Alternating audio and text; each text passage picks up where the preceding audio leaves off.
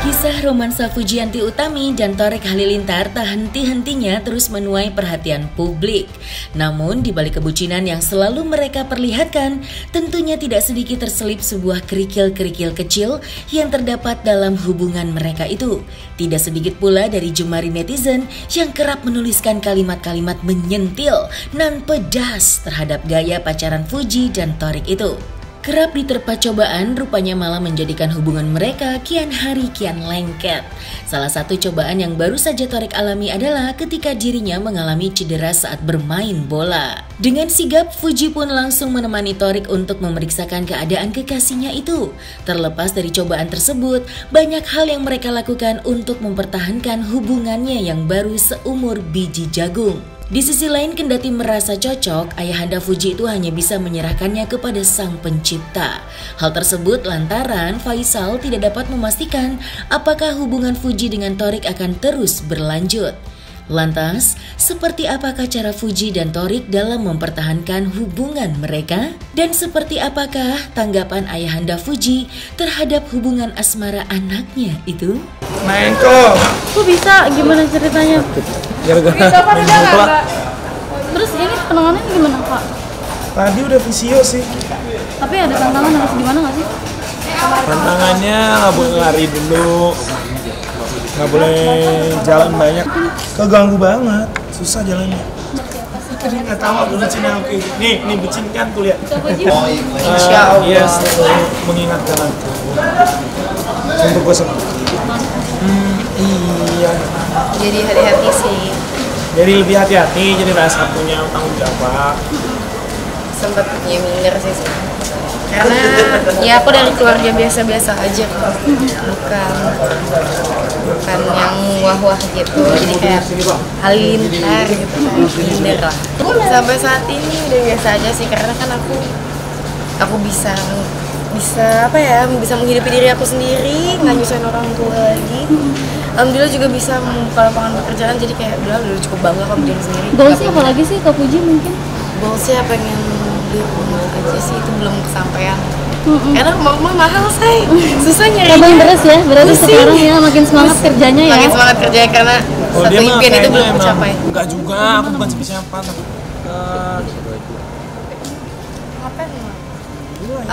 Mungkin kan masih sayang kali ya, kayak terus perjalanan udah panjang banget, kalau misalnya ngelepasin gitu aja kayak capek banget. Ada perjanjian nggak sih kita nggak boleh bisa mungkin gimana bucinnya kalian? Perjanjiannya saling sadar diri aja, kalau misalnya salah kita maaf gitu doang sih. Gua perjanjian kamu harus gini ya, enggak ada. Kalau itu soal hubungan dia dengan si Thorik, dengan pacarnya ya, biar aja lah dulu seperti itu.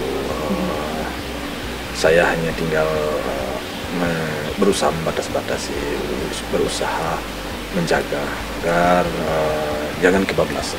Itu aja sih. Kalau memang nanti Tuhan mentakdirkan mereka sampai ke jenjang yang lebih serius, ya kalau memang cocok menurut pikiran kita, cocok buat mereka, ya tentu tinggal waktu, kita tunggulah waktu. Belum tahu, tapi aku siap kapan? Kak Fuji siap? Insya Allah siap.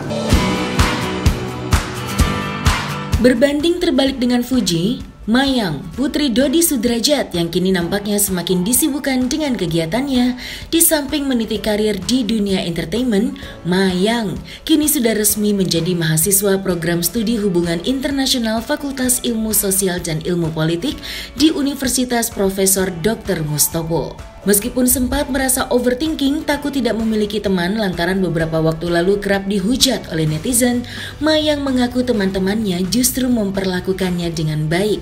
Dodi Sudrajat selaku ayahanda Mayang merasa bangga dan berharap Mayang dapat menyelesaikan studinya itu dengan tepat waktu. Menurut Dodi, pendidikan adalah hal nomor 1. Kalaupun Mayang ingin tetap terjun ke dunia entertain seperti mendiang kakaknya, diperbolehkan asal tidak mengganggu studi kuliahnya. Lantas, seperti apakah perasaan Mayang saat hari pertama menginjakan kakinya di bangku perkuliahan? Dan seperti apa pula tanggapan Dodi Sudrajat terhadap kebahagiaan yang tengah dirasakan oleh putrinya itu? Alhamdulillah, so far seru banget karena teman-teman sekelas aku juga pada friendly gitu. Malah awal sebelum masuk kampus gitu udah overthinking gitu, gue dapet teman gak ya, udah dilabrak cutting gak ya gitu terus dosennya gimana ya, tapi enggak kok. Tapi setelah melewati PKKMB masalah spek kemarin, terus tadi hari pertama ngampus juga semuanya asik-asik gitu, teman-teman aku gitu, mereka friendly kayak ngerangkul aku banget gitu. Alhamdulillah ini sih nggak overthinking aku yang kemarin tuh gak kejadian gitu, malah berbanding terbalik gitu. Paling teman-teman aku paling kayak, ih gue kira lo anaknya bakal gue kira lo anaknya bakal judes gitu, nggak mau bergaul, ternyata enggak gitu.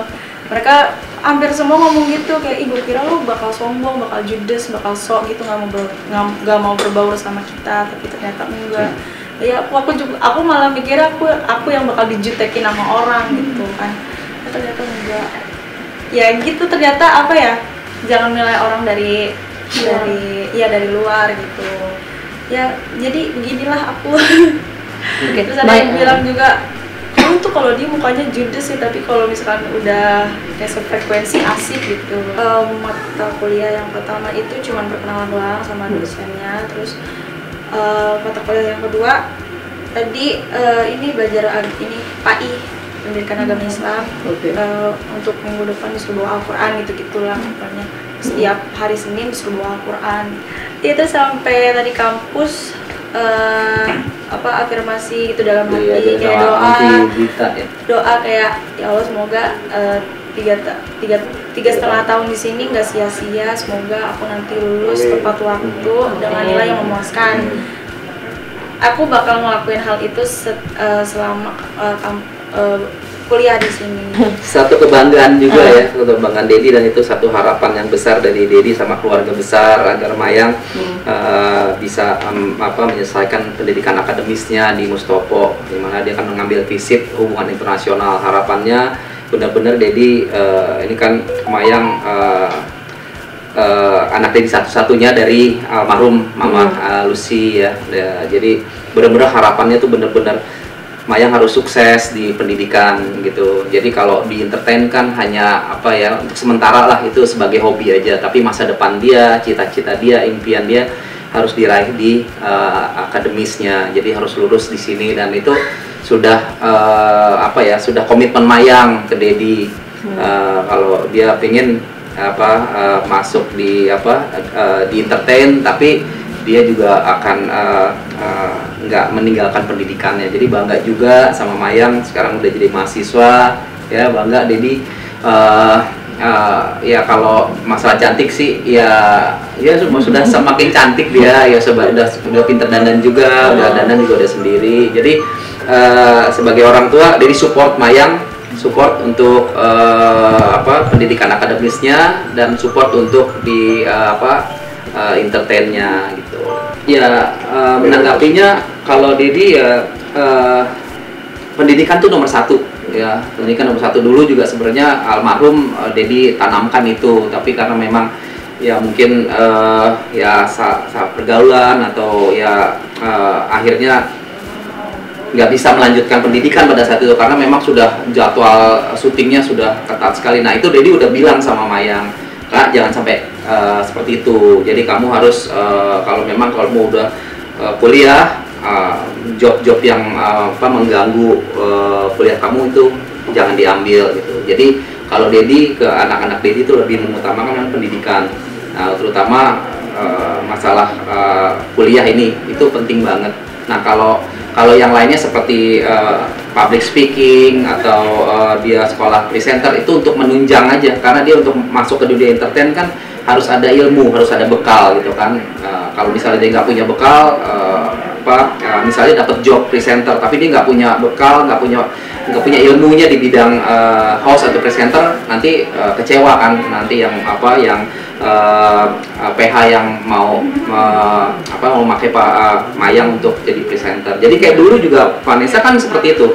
Jadi dia dimasukin sekolah model, acting, presenter, semua itu untuk bekalnya dia di dunia entertain. Gitu. Jadi memang pendidikan nomor 1 sih buat ini. Jadi untuk Mayang sekarang ini ya sudah harus bisa membagi waktu antara pendidikan dan dunia entertain.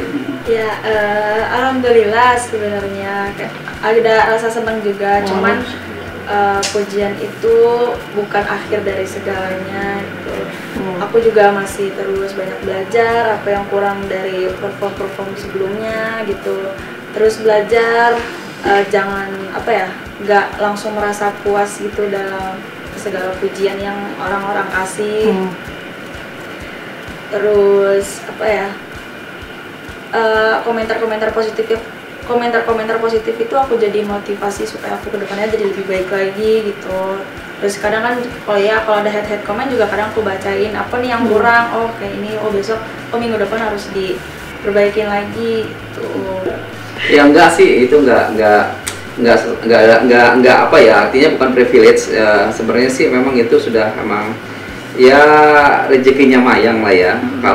Kalau Dedi kan sebenarnya memang sebelum dapat privilege itu memang sudah menyiapkan juga buat Mayang itu untuk kuliah gitu ya. Jadi kalau memang ada seseorang yang ingin membantu pendidikannya Mayang, ya sudah, ya itu udah rezekinya Mayang gitu.